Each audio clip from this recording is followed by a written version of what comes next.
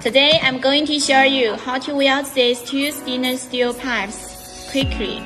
Now, before welding, we need to fix them together simply.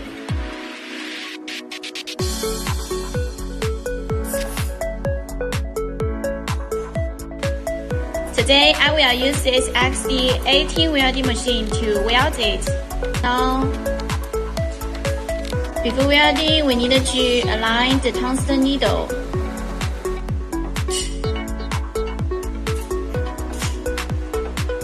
And now we fill the argon gas into the pipe to ensure that the inner wall will not be oxidized. And the other side we need to close to ensure that the gas pressure in the pipe balance, and then dig a hole. Start the gas button.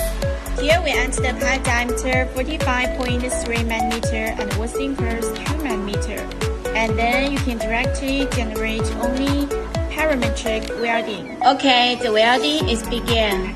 Now we can from this small window to see the internal working. And the rail will drive the tungsten needle to complete the welding process. Now let's see the welding effect. Okay.